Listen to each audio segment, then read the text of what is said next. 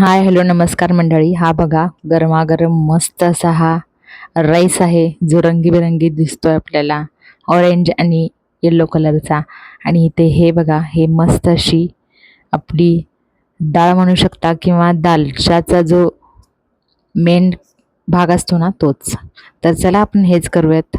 तर इथे मी सर्वप्रथम राईस करून घेणार आहे. आपण आज दालच्या करत आहोत.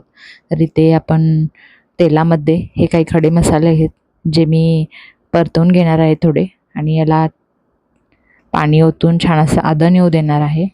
तर हा दालच्या रात्रीच्या जेवणासाठी उत्तम पर्याय आहे. आपण हलकं फुलकं खातो त्याच्यामध्ये हे दालच्या उत्तम पर्याय आहे. तर इथे 2 वाटी मी तांदूळ घेतलेला आहे आणि एक चवीपुरतं मीठ वगैरे असं सर्व घातलेलं आहे याच्यामध्ये आदन आल्यानंतर. आता छान आपण हा राईस जो आहे तो शिजवून घेणार आहोत. तर इथे मी 3 प्रकारच्या डाळी घेतलेल्या आहे, मुगाची डाळ, तुरीची डाळ आणि मिक्स डाळ. तर इथे आपण ह्या तिन्ही डाळी घेऊन ह्याला पाणी ओतून स्वच्छ धुवून घेणार आहोत. आणि स्वच्छ धुवून झाल्यानंतर आपण गॅसवर ठेवणार आहोत आणि ह्याच्यामध्ये 1 चमचा आपण हळद घालणार आहोत आणि हे शिजवून घेणार आहोत आपण. कढईमध्ये आपण थोडासा कांदा आणि टोमॅटो परतून घेणार आहोत. हा आपल्याला दालच्याच्या ग्रेव्हीसाठीच लागणार आहे. तर अशा प्रकारे तुम्ही जर ही डाळ केली ना तर खूप मस्त होते. दाल तडक्याची बी प्रोसेस हीच आहे, पण थोडासा भाग वेगळा आहे त्याचा. तो देखील व्हिडिओ मी नक्की टाकणार आहे एकदा. तर इथे बघा, हे असा ओबडधोबड वाटण करून घेतलेलं आहे मी. इथे काही घरगुती मसालेच आहेत आपले, आणि इथे थोडी बेडगी मिरची आणि लसणाचे तुकडे घेतलेले आहेत मी. तर बघा तुम्ही, हा आपला राईस शिजून झालेला आहे. ह्याच्यामध्ये मी आता हा कलर ॲड करत आहे.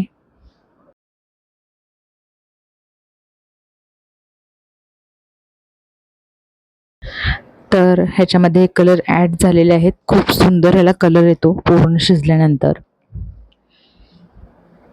इथे बघा, डाळ ही आपली शिजलेली आहे. आपण फोडणीची तयारी करणार आहोत. तर इथे मी मातीचं भांडं घेतलेलं आहे जेणेकरून याची टेस्ट भन्नाट लागेल. तर ह्याच्यामध्ये आपण जिरे मोहरी घालणार आहोत.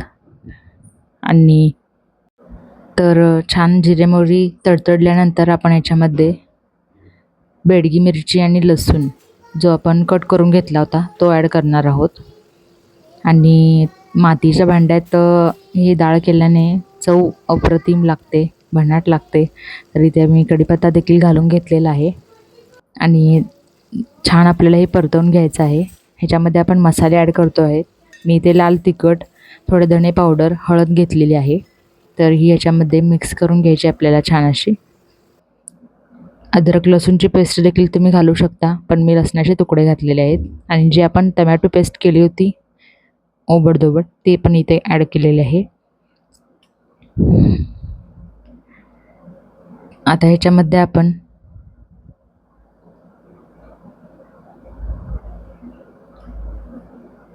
डाळ आपण हे मिक्स करून घेणार आहोत.